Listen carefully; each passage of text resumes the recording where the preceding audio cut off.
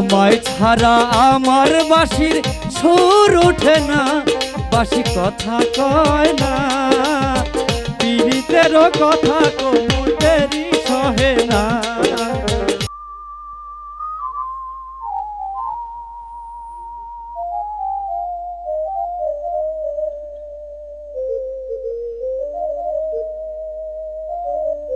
বন্ধু, তোমার এই মধু সুরে আমি যার গড়ে থাকতে পারলাম না। এ কি বলছো?